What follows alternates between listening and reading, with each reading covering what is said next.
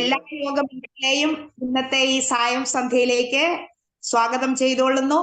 നമുക്ക് രാമായണ പാരായണത്തിന്റെ ഒരു ക്വിസ് പരമ്പര ഇന്ന് ആരംഭിക്കുകയാണ്. അതിലെ ക്വിസ് മാസ്റ്ററായിട്ട് നമ്മുടെ ഏവർക്കും പ്രിയങ്കരനായ സർവശ്രീ ഇ.വി. നായരണ്ണനെ സാദരം ക്ഷണിച്ചുകൊള്ളുന്നു. ഹരി ഓം ഇ.വി. നായരണ്ണ. ഹരി ഓം.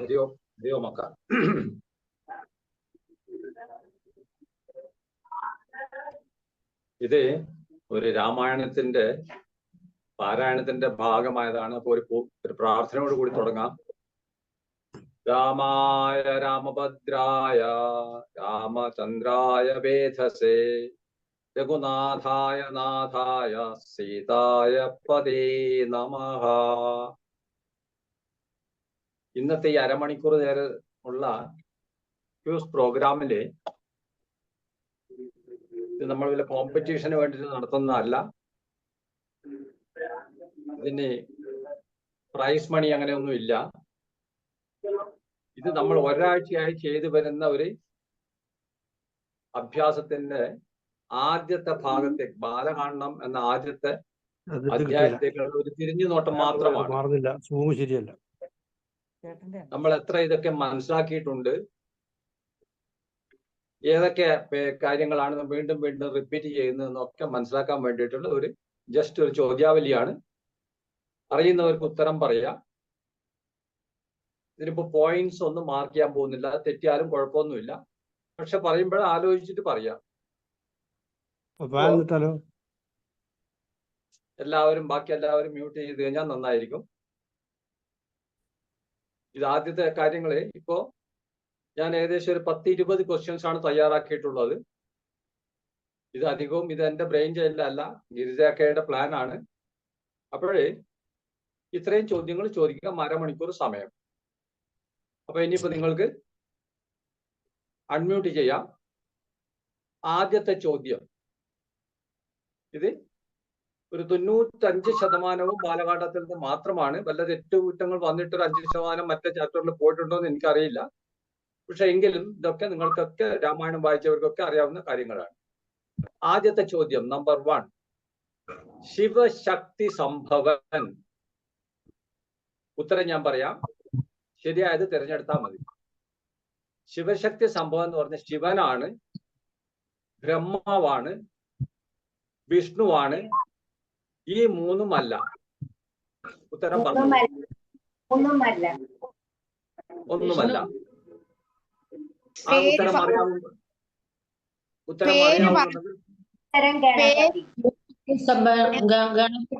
ഗണപതി ശിവശക്തി സംഭവന, സുബ്രഹ്മണ്യ ശിവശക്തി സംഭവന. പറഞ്ഞിട്ട് പറഞ്ഞയാള് പറയാ. എല്ലാവർക്കും പേര് പറഞ്ഞിട്ട് പറയുന്നതായിരിക്കും നമുക്ക് മനസ്സിലാവും. നിങ്ങളുടെ ഉത്തരം പറയുന്നതിന് ആദ്യം പേര് പറയാ. പേര് പറഞ്ഞിട്ട് തിരക്കൊന്നുമില്ല. ഒരാൾ പേര് പറഞ്ഞാൽ മറ്റൊരാൾ ചാടിക്കേറി പറയില്ല. എന്നിട്ട് ഉത്തരം പറയുക. 100% ശരിയാണ്. ശിവശക്തി സംഭവം എന്ന് പറഞ്ഞു കഴിഞ്ഞാൽ അത് ഗണപതി ആകാം, സുബ്രഹ്മണ്യനാകാം. അപ്പൊ നോ എന്നുള്ള ആൻസർ ശരിയാണ്. അടുത്ത ചോദ്യം ശ്രദ്ധിച്ചു കേൾക്കണം. ഇത് ഒരു വരിയാണ്, ശ്ലോകത്തിലെ ഒരു വരിയാണ്. വിഷ്ണുജോദ്ഭവ സുത നന്ദന പുത്രൻ. ഒന്നും കൂടെ പറയാം. വിഷ്ണുജോദ്ഭവ സുത നന്ദന പുത്രൻ. ഇത് ആരാണ്?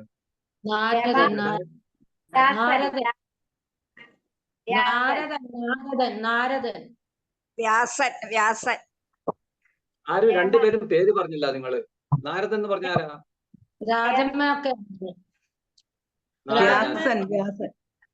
നാരദൻ തെറ്റുത്തരാണ്. വ്യാസനാണ് ശരി ഉത്തരം. വ്യാസനാണ് ഈ പറയുന്നത്. വിഷ്ണുജോദ്ഭവ സുത നന്ദന പുത്രൻ എന്ന് പറഞ്ഞു കഴിഞ്ഞാല് വിഷ്ണുവിൽ നിന്ന് ഉത്ഭവിച്ച ബ്രഹ്മാവിന്റെ പുത്രന്റെ പുത്രന്റെ പുത്രൻ. അതാണ് വ്യാസൻ. ഇനി ചോദ്യം 3, വാൽമീകി രാമായണത്തിൽ എത്ര ശ്ലോകങ്ങളുണ്ട്? 24,000. 24,000.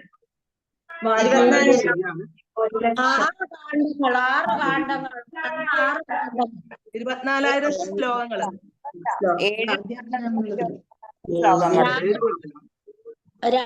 രാജമ്മയൊക്കെയാ പറഞ്ഞത് 6 കാണ്ഡങ്ങൾ. രാജമ്മക്ക 24,000 ശ്ലോകങ്ങളുണ്ട്. ശരി ഉത്തരം. ഞാനും പറഞ്ഞു അടുത്ത 24,000. മറ്റുള്ളവരൊക്കെ അപ്പൊ ഒന്ന് തിരിച്ചുകൊള്ളൂ കേട്ടോ. 12,000 5,000 ഒക്കെ പറഞ്ഞവരെ. ഞാൻ 24,000 ആദ്യമേ പറഞ്ഞായിരുന്നക്ക രാജലക്ഷ്മി അക്ക. ശരി. പേര് ഞാൻ നോട്ട് ചെയ്യുന്നുണ്ട്, എത്ര പേര് എങ്ങനെയൊക്കെ പറയുന്നുണ്ട്. അതുകൊണ്ട് നിങ്ങൾ ദയവ് ചെയ്ത് പേര് പറയണം. ആദ്യം പേര് പറഞ്ഞിട്ട് ഉത്തരം പറഞ്ഞാൽ മതി.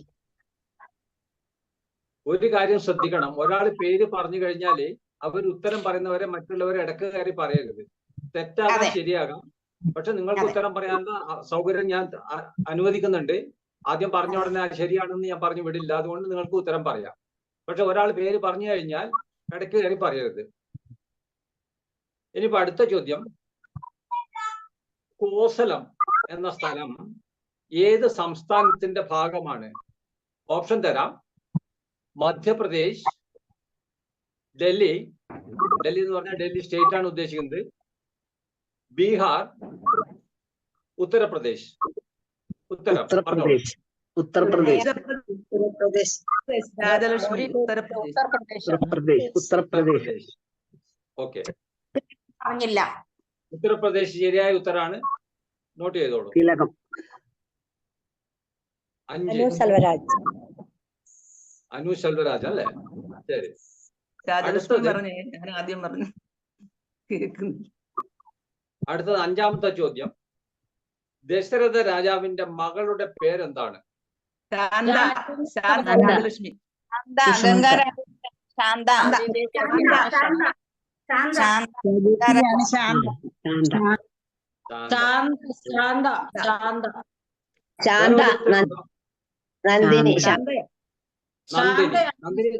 നന്ദിനി പറഞ്ഞതാരാ?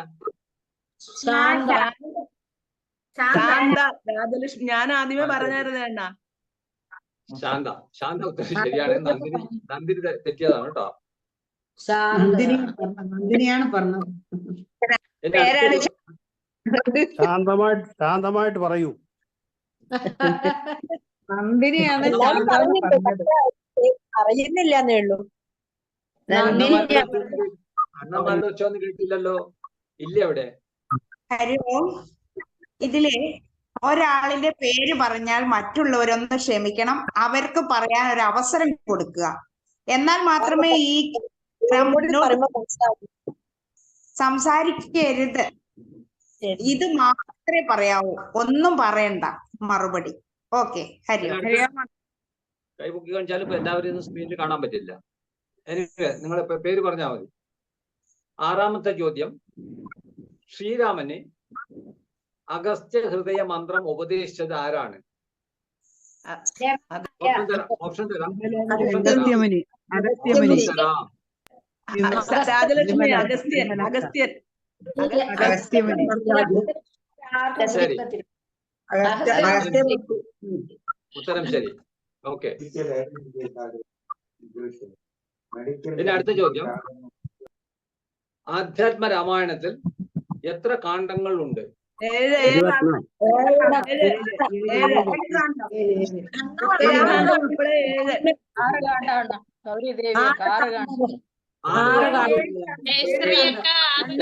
ഉത്തരാഖണ്ഡം ഉൾപ്പെടെ 7 കാണ്ഡമുണ്ട്. 7 കാണ്ഡമുണ്ട്. അധ്യാത്മരാമായണത്തിൽ 6 കാണ്ഡം. 6 കാണ്ഡമേ ഉള്ളൂ. 6 കാണ്ഡമേ ഉള്ളൂ. ശരിയാണ്. ഒരു നമ്മുടെ അധ്യാത്മ രാമായണത്തിൽ 7 കാണ്ഡമുണ്ട്. വാൽമീകി രാമായണത്തിൽ 6 കാണ്ഡേ ഉള്ളൂ. അപ്പോൾ അധ്യാത്മ രാമായണത്തിലാണ് ഞാൻ എടുത്ത് ചോദിച്ചിരിക്കുന്നത്. അതുകൊണ്ട് 7 കാണ്ഡം ശരിയായ ഉത്തരമാണ്. ഇനി അടുത്തത്, ദശരഥ രാജാവിന്റെ അച്ഛന്റെ പേരെന്താണ്? അജമഹാരാജാവ്. രാജലക്ഷ്മി മഹാരാജാവ്. ഞാൻ കൊറേ എണ്ണം പറഞ്ഞു, ഒന്നും കേട്ടില്ല. ഞാനും കൊറേ പറഞ്ഞു, ഒന്നും കേട്ടില്ല. ഗിരിജാക്കെല്ലാം റെക്കോർഡ് ചെയ്യുന്നുണ്ട്. ആരാണ് കൂടുതൽ സ്കോർ ചെയ്തതെന്ന് പറയാം അവസാനം. ഓക്കെ, ഇനി ശ്രീരാമൻ ഏത് രാജവംശത്തിൽപ്പെട്ടാണ്? അണ്ണന്മാർക്ക് ഒരു സൗകര്യം കൊടുക്കണ്ടേ പറയാൻ? സൂര്യവംശം, ശ്രീരാമൻ ഏത് രാജലക്ഷ്മി. രാജവംശത്തിൽപ്പെട്ടതാണ്? സൂര്യവംശം.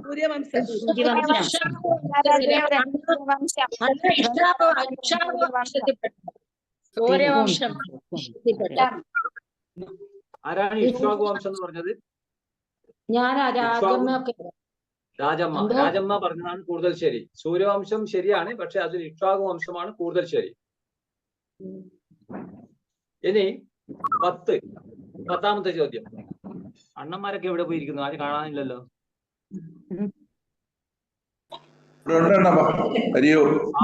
അണ്ണന്മാരുണ്ട്. അണ്ണന്മാരുടെ ഒച്ച കേൾക്കുന്നുണ്ട്.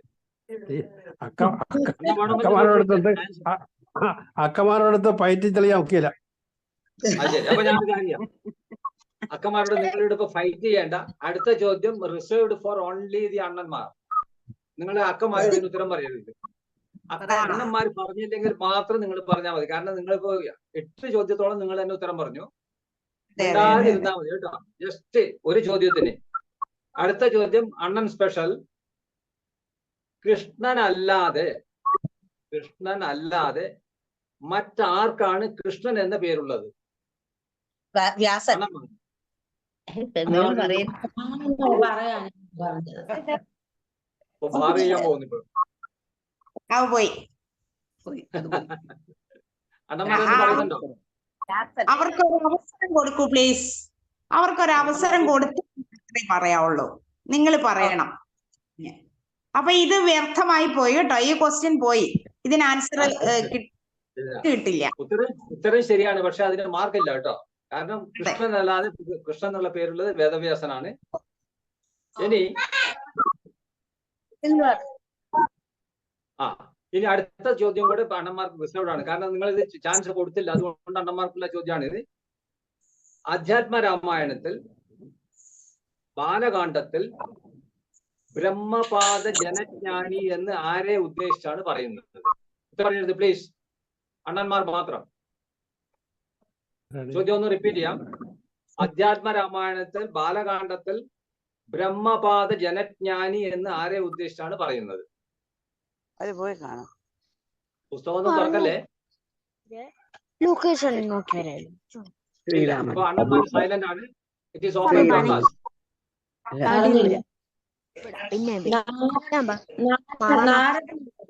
നാരദല്ലേ? ആരെ ഉദ്ദേശിച്ചാണ് പറയുന്നത്? ബ്രഹ്മപാദ ജനജ്ഞാനി. ബ്രഹ്മാവിന്റെ പാദത്തിൽ നിന്ന് ഉണ്ടായിരുന്ന ആള്. ഇല്ല, അപ്പൊ ആർക്കും ഇല്ല. കൂടുതൽ സമയം കൊടുക്കണ്ട. ബുക്കൊക്കെ അവിടെ ഇവിടെ ഒക്കെ നോക്കാൻ തുടങ്ങിയിട്ടുണ്ടെന്ന് തോന്നുന്നു. ഇനി ഇതിന്റെ ഉത്തരം കൃത്യമായിട്ട് പറഞ്ഞുതരാം. ബ്രഹ്മാവിന്റെ ഓരോ ഭാഗത്തിൽ നിന്നാണ് ഓരോരു ചാതുർവർണ്ണ അനുസരിച്ചിട്ട് ഓരോ വംശം ഉണ്ടായിരിക്കുന്നതാണ് പറയുന്നത്. അതില് പാദത്തിൽ നിന്നുണ്ടായത് ശൂദ്രവംശമാണ്. ആ ശൂദ്രവംശത്തിൽപ്പെട്ട എഴുത്തച്ഛനെ പറ്റിയിട്ട് സ്വന്തം പറയാണ് ഈ കാവ്യത്തിൽ. ബ്രഹ്മപാദ ജനജ്ഞാനി എന്ന് പറയുന്നത് എഴുത്തച്ഛന്റെ വംശത്തിനെ പറ്റിയാണ് പറയുന്നത്. എഴുത്തച്ഛൻ ബ്രാഹ്മണനല്ല. അതുകൊണ്ട് അയ്യോ, അത് ബ്രഹ്മാവിനെ ഉദ്ദേശിക്കുന്നത്. വിരാട് സ്വരൂപമായ ബ്രഹ്മത്തെ ഉദ്ദേശിക്കുന്നത്, ബ്രഹ്മാവിനെ അല്ല. ബ്രഹ്മത്തിനെയാണ് ഉദ്ദേശിക്കുന്നത്. ബ്രഹ്മത്തെയാണ് ഉദ്ദേശിക്കുന്നത്. വിരാട് സ്വരൂപത്തിന്റെ പാദത്തിൽ നിന്നും. വിരാട് സ്വരൂപത്തിന്റെ പാദങ്ങൾ ശൂദ്രൻ. അത് ഇതിനകത്ത് തന്നെ പറഞ്ഞിട്ടുണ്ട്. പിന്നെ പുരുഷ സൂത്രത്തിൽ പ്രത്യേകം പറഞ്ഞിട്ടുണ്ട്. ബ്രഹ്മത്തിന്റെ സംഭവം ശൂദ്രനെ തന്നെയാണല്ലേ ഉദ്ദേശിക്കുന്നത്? ശൂദ്രനാണ്. ശരി, അടുത്ത ചോദ്യം. നക്ഷത്രപതി ആരാണ്? Open to all. നക്ഷത്രപതി പേര് പറഞ്ഞ ഉത്തരം പറഞ്ഞേ. ശ്രീരാമൻ. അടുത്ത ചോദ്യം, അടുത്ത ഉത്തരം. ലക്ഷ്മണൻ അല്ല. നക്ഷത്രപതി യശോദ. സൂര്യൻ. സൂര്യനാണ്. സൂര്യൻ അല്ല. ചന്ദ്രൻ. സൂര്യനാണ്. അല്ലെ വിഷ്ണു. വിഷ്ണുവാണ് നക്ഷത്രപതി. ചന്ദ്രനാണോ? വിഷ്ണുവാണ് വിഷ്ണു. വിഷ്ണു ആരാ പറഞ്ഞത്? നന്ദിനിയൊക്കെയാണോ? രാജമ്മ. രാജമ്മ. ചന്ദ്രൻ എന്ന് പറഞ്ഞത് ആരാ? ഹരിദാസൻ പറഞ്ഞോ? ജയശ്രീ. ചന്ദ്രൻ എന്ന് പറഞ്ഞതാണ് കറക്റ്റ് ആൻസർ. നക്ഷത്രപതി എന്ന് പറഞ്ഞത് ചന്ദ്രനെയാണ്, സൂര്യനെ അല്ല. ഇനി 13ാമത്തെ ചോദ്യം. ശത്രുഘ്നന്റെ അമ്മാവന്റെ പേരെന്താണ്? Uncle's name. യുധാജിത്ത്. പേര് പറഞ്ഞില്ല. രാജലക്ഷ്മി ഒക്കെ ആണല്ലേ? Yudhajit correct answer. ഇനി അടുത്ത ചോദ്യം ശ്രദ്ധിക്കണം. രാവണന്റെ ഇളയ പുത്രൻ അക്ഷയകുമാറിനെ രാമായണത്തിൽ വധിച്ചത് ആരാണ്?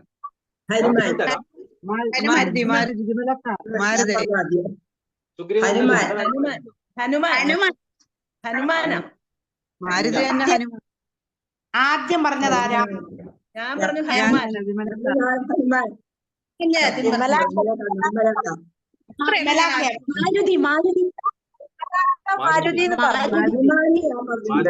ഹനുമാനെ തന്നെയാണ് മാരുതി എന്ന് പറയുന്നത്. ആദ്യം പറഞ്ഞത് അടുത്ത ചോദ്യം.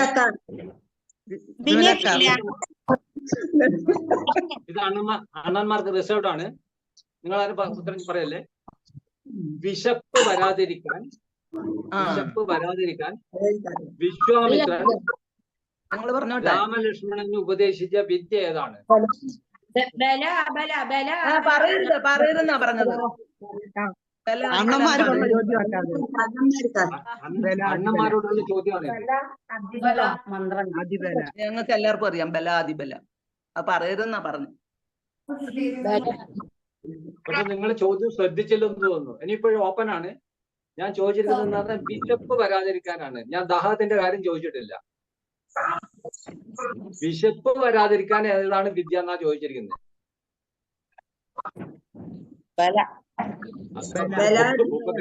ബുക്കൊക്കെ തപ്പി നോക്കുന്നുണ്ട് രാജലക്ഷ്മി അക്ക.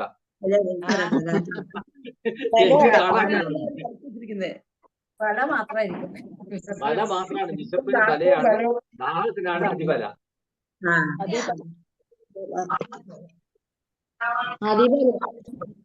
അതിബലയാണ്.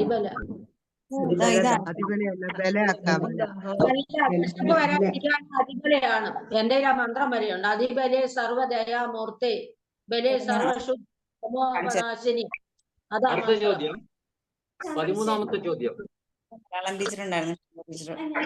ശ്രദ്ധിക്കണം. ഓപ്പൺ ചോദ്യമാണ്.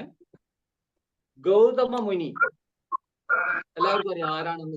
ഗൗതമ മുനി അഹല്യയുടെ ഭർത്താവ് ഗൗതമ മുനി ആണെങ്കിൽ അഹല്യയുടെ അച്ഛൻ ആരാണ്? ബ്രഹ്മാവ്. രാജലക്ഷ്മി ബ്രഹ്മാവ് അഹല്യയുടെ അച്ഛൻ. രാജലക്ഷ്മി അക്ക ബ്രഹ്മാവ്. ശരിയാണ് കേട്ടോ. രാജമാക്ക പറഞ്ഞില്ലാന്ന് തോന്നുന്നു അല്ലേ? ഞാൻ പറഞ്ഞു ബ്രഹ്മാവ്. എല്ലാം പറയുന്നുണ്ട്. അതുകൊണ്ടാ. അഹല്യയുടെ അച്ഛനാണ് ബ്രഹ്മാവ്. ചോദ്യം ഞാൻ ശരിക്കും കേട്ടില്ല.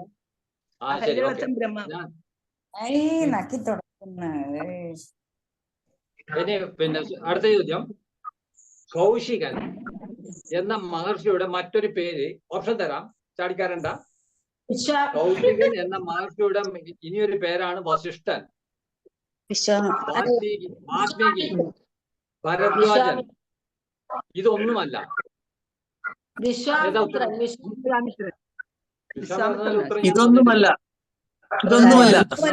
ഇതൊന്നുമല്ല. അണ്ണനാണ് സ്കോർ ചെയ്തിരിക്കുന്നത്. ഇതൊന്നുമല്ല. അതെ, വിശ്വാമിത്രൻ തന്നെയാണ്. പക്ഷെ ആ പേര് പറഞ്ഞില്ലല്ലോ. ഓപ്ഷൻ പറഞ്ഞ ശ്രദ്ധിക്കണം. അതാണ് ആർഗ്യുമെന്റ്. വിശ്വാമിത്രൻ ശരിയാണ്. പക്ഷെ ആ പേര് നിങ്ങൾക്ക് 4 ഓപ്ഷൻ ഒന്ന് തിരഞ്ഞെടുത്താലേ പറ്റുള്ളൂ. അല്ലെങ്കിൽ നിങ്ങളുടെ ഉത്തരം റോങ് ആണ്. 4 ഓപ്ഷനേ തന്നിട്ടുള്ളൂ. ഒന്നും അല്ലെന്ന് പറഞ്ഞായിരുന്നാണ് കൗശികൻ അപ്പൊ പുത്രൻ അണ്ണന്മാർ ഒന്ന് സ്കോർ ചെയ്തു. കൗശിക രാജാവിന്റെ പുത്രൻ. ഉത്തരം പറഞ്ഞില്ലേ? ഇനി അടുത്തത് സീതാ സ്വയംവരത്തിന് ഉപയോഗിച്ച വിശിഷ്ടമായ വില്ലിന്റെ പേരെന്താണ്?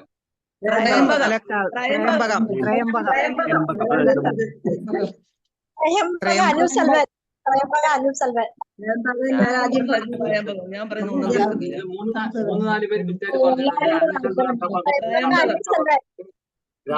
പറഞ്ഞിട്ടുണ്ട്, രാജേശ്വരി ഒക്കെ പറഞ്ഞിട്ടുണ്ട്. ഞാൻ പറഞ്ഞു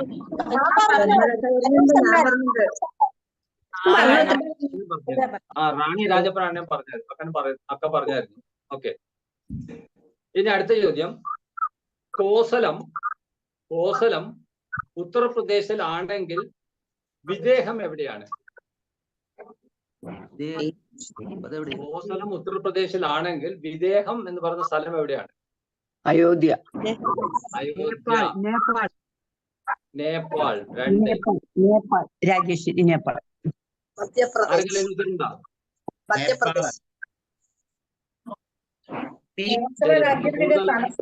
കൂടുതൽ ആലോചിച്ച് ബീഹാർ 29 സ്റ്റേറ്റിന്റെ പേര് പറയും. അതുകൊണ്ട് സമയം തരുന്നില്ല. അത് ബീഹാറാണ്. ബീഹാർ ജയശ്രീയൊക്കെ പറഞ്ഞായിരുന്നണ്ണ. ബീഹാർ വിദേഹം പഴയ റെക്കോർഡിൽ അത് നേപ്പാൾ എന്നും പറയുന്നുണ്ട്. ഇപ്പോഴത് പിന്നെ ബീഹാറിന്റെ പാർട്ടായിട്ടാണ് കണക്ക് കൊടുക്കുന്നത്. അടുത്ത ചോദ്യം അണ്ണന്മാർക്ക് മാത്രമുള്ളതാണ്. ആരും പറയല്ലേ, അക്കമാര് പറയല്ലേ പ്ലീസ്. ശത്രുഘ്നന്റെ ഭാര്യയുടെ പേര്?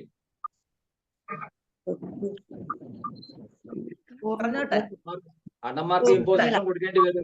ഗിരിജക്ക, സ്പെഷ്യലായിട്ട് ആധ്യാത്മിക രാമായണം പഠിപ്പിക്കേണ്ടി വരും. ഇനി പറയാവോ?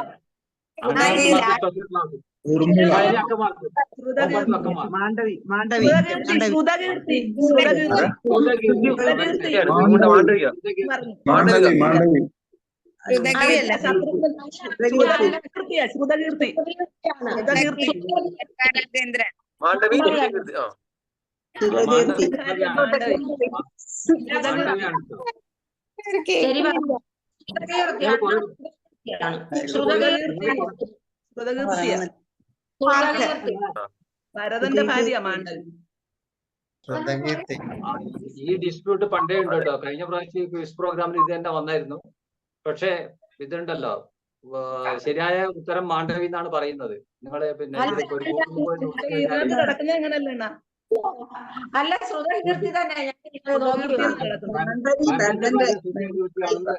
ആണുള്ളത്. ഒരു സംശയവുമില്ല. ശ്രുതകീർത്തിയാണ്. ഭരതന്റെ ഭാര്യ. ഓക്കെ, ഇനി 3 മിനിറ്റേ ഉള്ളൂ. അടുത്ത ചോദ്യം. ഇതൊരു ചോദ്യം ഓപ്പൺ ടു ഓൾ.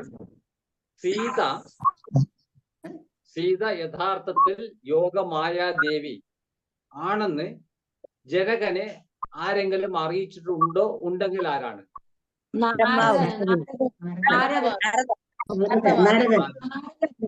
നാരദൻ പറഞ്ഞിട്ടുണ്ട്. ഞാൻ കുറച്ചും കൂടെ ഓപ്ഷൻസ് തരാം, നിങ്ങൾക്ക് വേണമെങ്കിൽ റീതിങ്ക് ചെയ്യാം. വിശ്വാമിത്രൻ പറഞ്ഞിട്ടുണ്ടാകാൻ വഴിയുണ്ട്, വസിഷ്ഠൻ പറഞ്ഞിട്ടുണ്ടാകാൻ വഴിയുണ്ട്, ശതനന്ദനൻ എന്ന് പറഞ്ഞിട്ട് ഒരു മഹർഷി ഉണ്ടായിരുന്നു, പിന്നെ നാരദൻ, പിന്നെ കൗശികൻ.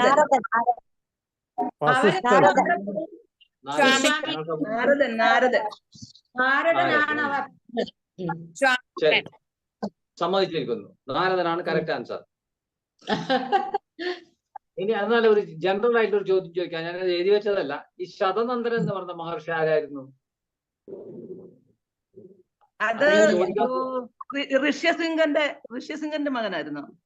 ഋഷ്യശൃംഗന്റെ അച്ഛൻ അല്ല, ഗൗതമമുനിയുടെ മകൻ. ഗൗതമമുനിയുടെ അല്ലല്ല, ഈ രാമായണത്തിലുള്ള അതിന്റെ പ്രസക്തിയാണ് ഞാൻ ചോദിച്ചത്. ഞാനിത് ചോദ്യമായിട്ട് ചോദിക്കുന്നതല്ല, ഒരു ജനറൽ ആയിട്ട് ചോദിച്ചതേ ഉള്ളൂ. അത് ഋഷ്യസിംഗന്റെ അച്ഛനാണെന്ന് എനിക്ക് തോന്നുന്നു. മകനല്ലേ? രാമായണത്തിൽ അദ്ദേഹത്തിന്റെ റോൾ എന്തായിരുന്നു? ശതനന്ദനൻ ഗൗതമമുനിയുടെ മകനല്ലേ? ഗൗതമമുനിയുടെ മകൻ. അല്ല ഉത്തരം ഞാൻ ഗൗതമ പറയാം. മുനിയുടെ മകനല്ലേ? ശതനന്ദനൻ ഗൗതമ മുനിയുടെ മകനല്ലേ? സീതാ സ്വയംവരത്തിന് കാർമ്മികത്വം വഹിച്ച 3 മുനിമാരിൽ ഒരാൾ ശതനന്ദനായിരുന്നു. മറ്റത് വസിഷ്ഠനും വിശ്വാമിത്രനും. ഇങ്ങനെ 3 പേരും കൂടെ ആയിരുന്നു അതിന് കാർമ്മികത്വം വഹിച്ചത് സീതാ സ്വയംവരത്തിന്. പിന്നെ അടുത്ത ചോദ്യം, രാമായണത്തിലെ സാകേതപുരി എന്ന് പറഞ്ഞ സ്ഥലം ഏതാണ്? ഓപ്ഷൻ തരാം, പെട്ടെന്ന് പറയണം. 1 ലങ്ക, 2 ഇന്ദ്രസദസ്, 3 അയോധ്യ, 4 ജനകപുരി. അയോധ്യ. ഏതാണ്? അയോധ്യ. അയോധ്യ. ക്വസ്റ്റ്യൻ ഒന്നുകൂടെ റിപ്പീറ്റ് ചെയ്താൽ അയോധ്യ. അയോധ്യ. അയോധ്യ. ഓക്കെ ശരിയാണ്. അയോധ്യയുടെ മറ്റൊരു പേരാണ് സാകേത്. സാകേതപുരി. ഞാനും വായിച്ചിരുന്നു. ശരി. ഇനി അടുത്ത ചോദ്യം, ഇനി 1 മിനിറ്റേ ഉള്ളൂ. തീർന്നു കഴിഞ്ഞ എന്നാ ഒറ്റ ഇതോടുകൂടി ഇതും തീർത്ത് കളയാം. സുദർശന ചക്രത്തിന്റെ അംശമായി രാമായണത്തിൽ പറയുന്ന ജനിച്ച പുത്രൻ ആരാണ്? ശത്രുഘ്നൻ. ശത്രുഘ്നൻ. അത് ഞാനൊന്ന് വായിച്ചതാ. ശത്രുഘ്നൻ. ഗിരിജയൊക്കെ രക്ഷയില്ല കേട്ടോ.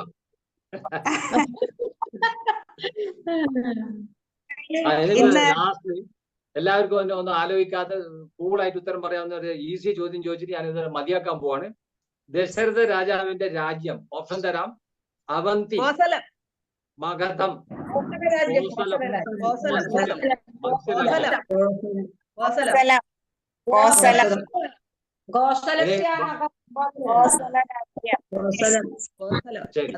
അത് കോസലാണ്. അപ്പൊ അതോടുകൂടി ഞാൻ 24 ചോദ്യങ്ങൾ ചോദിച്ചിരിക്കുന്നു. അതിനിപ്പോ ഗിരിജാക്ക പറയും എന്താണ് അതിന്റെ ആൻസറിന്റെ പൊസിഷൻ എന്താണെന്ന്. ഉറപ്പായിട്ട് പറഞ്ഞാലും മതി.